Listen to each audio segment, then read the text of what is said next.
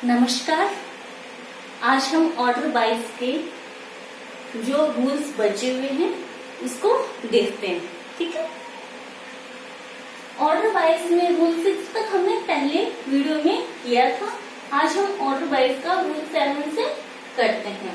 Rule 7 कि किसी स्त्री महिला फीमेल पक्षकार है और उस महिला की वाद चलने के दौरान शादी हो जाती है, मैरिज हो जाती है, तो क्या मैरिज होने से वाद का अबेटमेंट हो जाएगा, वाद का उपशमन हो जाएगा? नहीं होगा। अगर किसी महिला पक्षकार की वाद चलने के दौरान शादी हो जाती है, मैरिज हो जाती है, तो वाद पर कोई इफेक्ट नहीं पड़ता, वाद का अबेटमेंट नहीं होता है, वाद का उपशमन नहीं होता है। जैसे ए और बी, ए महिला थी और ए की मैरिज हो जाती है, तो अगर डिक्री ए के विरुद्ध आती है, यानी फीमेल पार्टी के विरुद्ध आती है, तो उस डिक्री का एग्जीक्यूशन सिर्फ और सिर्फ उस महिला के विरुद्ध ही करवाया जाएगा। ठीक है, कैसे? जैसे एक्स और वाई के बीच में वाद चल रहा था। ये महिला है, फीमेल है, और इसकी मैरिज हो जाती है वाद के दौरान, तो सिर्फ मैरिज होने से वाद पर कोई इफेक्ट नहीं पड़ता है। अगर कोई डिक्री इसी वाद में एक्स और वाई का जो वाद है, इसी वाद में अगर डिक्री ए के विरुद्ध आ जाती है, अगेंस्ट आ जाती है, तो उस डिग्री का एग्जीक्यूशन सिर्फ एक्स के विरुद्ध करवाया जाएगा, एक्स के हस्बैंड को इसमें इंक्लूड नहीं किया जाएगा, यानी एक्स के हस्बैंड के विरुद्ध उस डिग्री का एग्जीक्यूशन नहीं कराया जाएगा। और अगर कहीं एक्स के हस्बैंड एक्स के पैसे, उसकी संपत्ति, उसके ऋण डिबेट जो है उसको चुकाने की लीगल ड्यूटी स्वयं ले लेता है, कि मान लो उसने मजाक में कह दिया कि अब तो मेरी पत्नी की सारे कर्ज मैं ही चुकाऊंगा, विधिक दायित्व, विधिक लीगल ड्यूटी ले लेता है, तो फिर अगर डिक्री एक्स के विरुद्ध यानी उसकी वाइफ के विरुद्ध आई है, अगेंस्ट आ गई, तो फिर उस डिक्री का एग्जीक्यूशन एक्स और एक्स के हस्बैंड के विरुद्ध करवाया जा सकता है। तो इसमें याद आराम से रहेगा। 6 तक तो हमने क्या पढ़े थे? रूल 6 तक हमने डेप्थ पढ़ी थी, एलआर कौन होगा, एलआर बनाने डेप्थ पढ़ी थी। अब रूल 7 मैरिज, शादी में 7 फेरे होते हैं, तो रूल 7 याद रहेगा कि शादी होने से वाद का उपशमन नहीं होगा। ठीक है, अब शादी होगी, शादी होते ही दिवाला निकलेगा रूल 8 में, कि अगर कोई महिला, अगर कोई वादी दिवालिया हो जाता है, इंसॉल्वेंसी हो जाती है, तो क्या वाद खत्म हो जाएगा? उसका वाद चलेगा नहीं क्या? उसका वाद खारिज हो जाएगा क्या? तो इसमें 2 कंडीशन देखते हैं। अगर प्लेंटिफ का वाद प्लेंटिफ के ऋणदाताओं को ऋण चुकाने के लिए, अगर प्लेंटिफ ए का वाद, मान लो ए का वाद है और ए ने कोई पैसे उधार ले रखे हैं बी या सी से पैसे उधार ले रखे हैं, तो बी या सी का ऋण चुकाने के लिए, उसने जो कर्जा लिया हुआ था उसको चुकाने के लिए अगर रिसीवर या समनुदेशी, रिसीवर ए का रिसीवर या समनुदेशी कौन होता है? जिसको अधिकारों का अंतरण किया जाता है। ऋणदाताओं के लाभ के लिए, बी और सी के लाभ के लिए कोई वाद चला रहा है, ए का कोई समनुदेशी या ए का रिसीवर ए के ऋणदाताओं के लाभ के लिए अगर कोई वाद चला रहा है तो वो वहां पर अगर ए दिवालिया हो जाता है तो वाद पर कोई इफेक्ट नहीं पड़ेगा। क्यों? क्योंकि वाद को तो क्या एक समनुदेशी या उसका रिसीवर चला रहा है एक ही ऋणदाताओं के लाभ के लिए। और अगर इस बीच ए दिवालिया हो भी जाता है तो इससे वाद पर कोई इफेक्ट नहीं पड़ेगा। और अगर वो समनुदेशी या रिसीवर वाद चलाने से इनकार कर देते हैं या उनको जो श्योरिटी देनी होती है कि हम ऋणदाताओं के लाभ के लिए वाद को चला रहे हैं तो वो श्योरिटी देने में उपेक्षा करते हैं, नेग्लिजेंसी करते हैं या डिनाई इनकार कर देते हैं कि हम ये श्योरिटी नहीं दे सकते या तो नेग्लिजेंसी करते हैं या डिनाई कर देते हैं श्योरिटी देने में। तो वादी अगर उन्होंने तो मना कर दिया कि हम नहीं चलाना चाहते वाद, समनुदेशी या रिसीवर ने मना कर दी या वो श्योरिटी देने से इनकार कर रहे हैं, डिनाई कर रहे हैं या नेग्लिजेंसी कर रहे हैं, तो वादी के दिवालिया होने से अब वाद कौन चलाएगा? उन्होंने तो मना कर दिया समनुदेशी या रिसीवर ने। तो वादी के दिवालिया होने पर वादी के दिवालिया होने पे वादी का वाद जितना उसका हिस्सा है, जितना उसका पार्ट है वहां उस पार्ट तक खारिज कर दिया जाएगा अगर डिफेंडेड प्रतिवादी उसके लिए आवेदन कर देता है कि मान लो ए और बी के बीच में वाद था, ए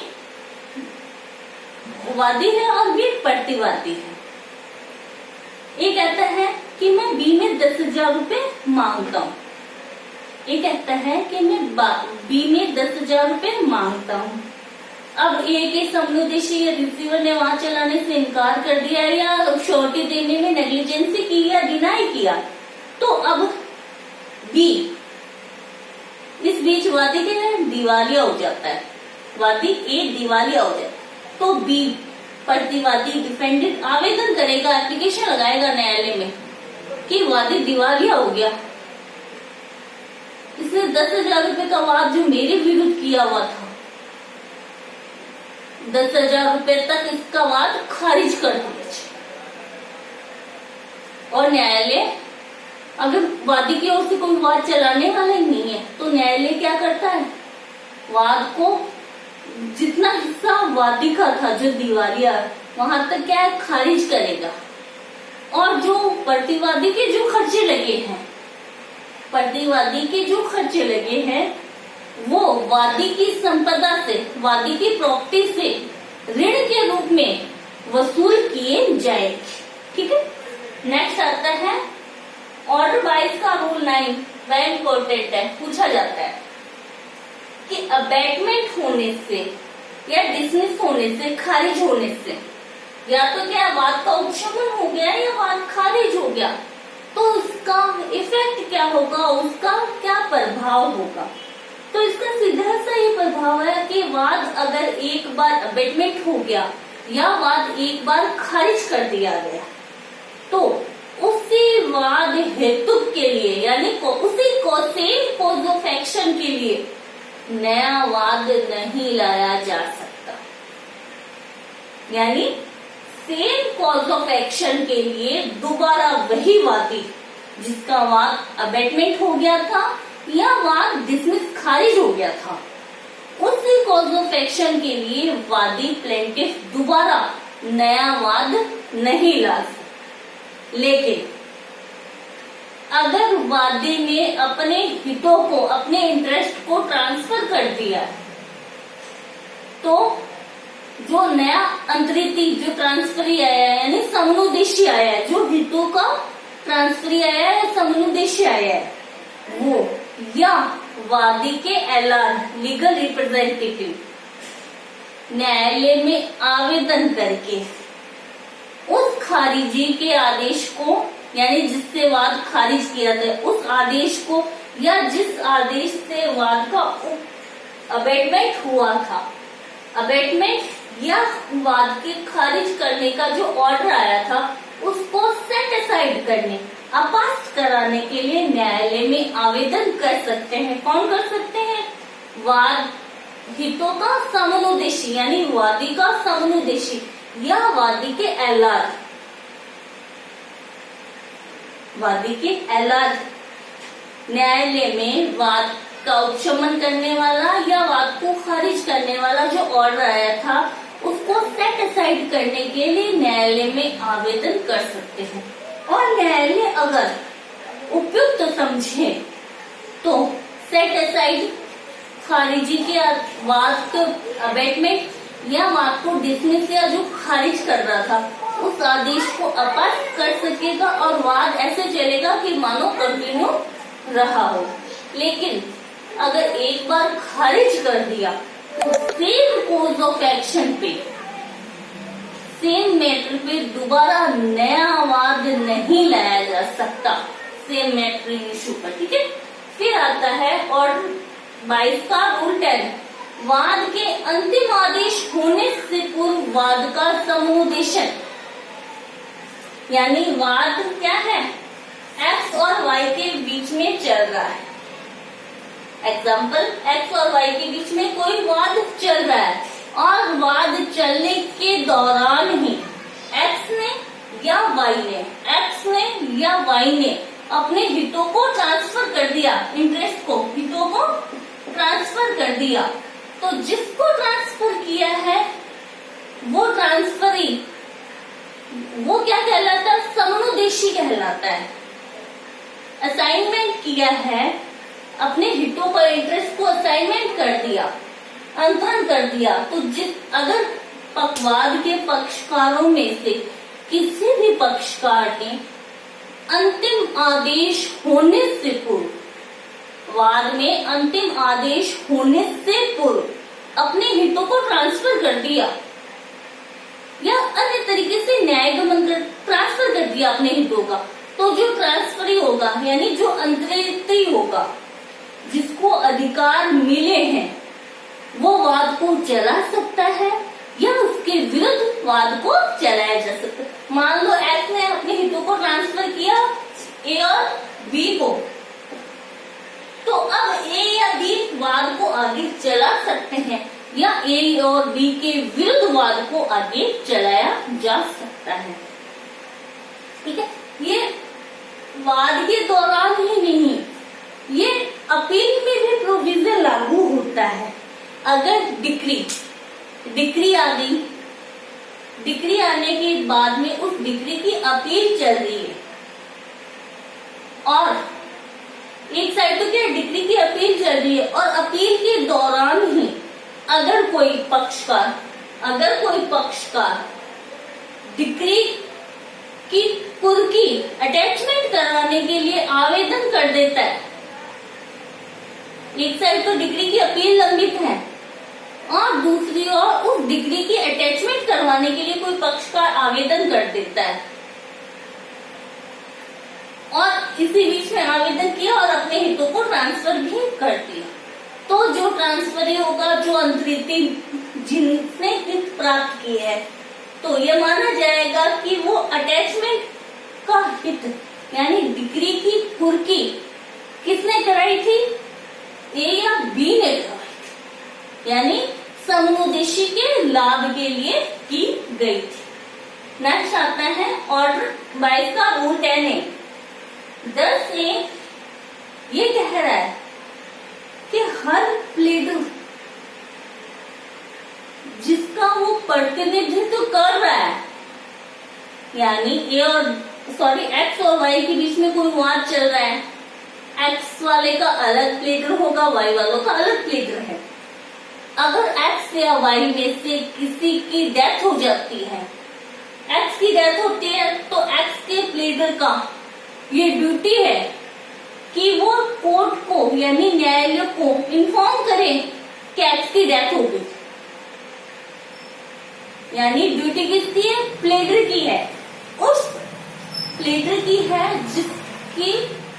जिसका वो प्रतिनिधित्व कर रहा। अगर उस पक्षकार की डेथ हो जाती है तो वो न्यायालय को सूचित करेगा कि जिसका मैं प्रतिनिधित्व कर रहा था, जिसको मैं रिप्रेजेंट कर रहा था, उस पक्षकार की डेथ हो गई।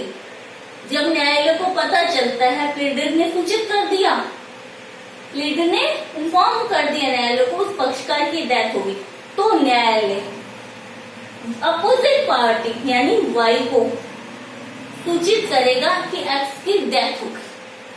यानी ड्यूटी किसकी है? पहले प्लीडर की है। प्लीडर ने इन्फॉर्म कर दिया कोर्ट को, तो कोर्ट आगे अगेंस्ट विरोधी पार्टी को सूचित करेगी उस पक्षकार की डेथ हो गई। ठीक है। नेक्स्ट आता है ऑर्डर 22 का रूल 11, आदेश का अपीलों पर भी लागू होना। यानी वाद के दौरान अगर पक्षकार की मृत्यु हो रही है, विवाह हो रहा है या दिवालिया हो रहा है, तो इसका क्या क्या इफेक्ट होता है ये हमने 8-9 तक रूल तक देखा। अगर अपील लंबित है, किसी डिक्री की अपील लंबित है और अपील की कार्रवाई में पक्षकार पार्टी की डेथ हो जाती है, उसकी मैरिज होती है, तो वो सेम इफेक्ट प्रभाव लागू किया। यानी ऑर्डर 22 की कार्यवाही अपीलों पर भी लागू होती है। ऑर्डर 22 अपीलों पर भी अप्लाई होता है। अब आता है ऑर्डर 22 रूल 12, आदेश कार्रवाइयों पर लागू होगा या नहीं होगा। यानी वैसे तो क्या है, जो विधिक लीगल प्रोसीडिंग होती है उसमें ये ऑर्डर 22 लागू होता है, लेकिन इसका अपवाद बताया है रूल 12 में कि रूल 3, रूल 4 और रूल 8। रूल 3 और 4 क्या था कि कई वादी हैं, उनमें से एकमात्र वादी की डेथ हो जाती है, या कई रूल 4 था कई प्रतिवादी है और उनमें से किसी प्रतिवादी की डेथ हो जाती है। रूल 8 है वादी के दिवालिया होने। यानी ये 3 ऑर्डर डिक्री का एग्जीक्यूशन करने वाली कार्रवाइयों पर लागू नहीं होता है। डेथ हो गई तो किसके विरुद्ध एग्जीक्यूशन किया जाएगा? यानी रूल 3, रूल 4 और रूल 8 की कार्रवाइयां डिक्री के एग्जीक्यूशन या आदेशों के एग्जीक्यूशन वाली कार्रवाइयों पर ये रूल 3, 4 और 8 अप्लाई नहीं होता है। तो ये ऑर्डर 22 था। आगे हम ऑर्डर 23 करेंगे कल। ठीक है। आगे कल जो हम वीडियो देखेंगे उसमें ऑर्डर 23 करेंगे। इंपॉर्टेंट ऑर्डर्स करते हैं अभी, उसके बाद में हम सारे ऑर्डर्स करेंगे। Thank you so much.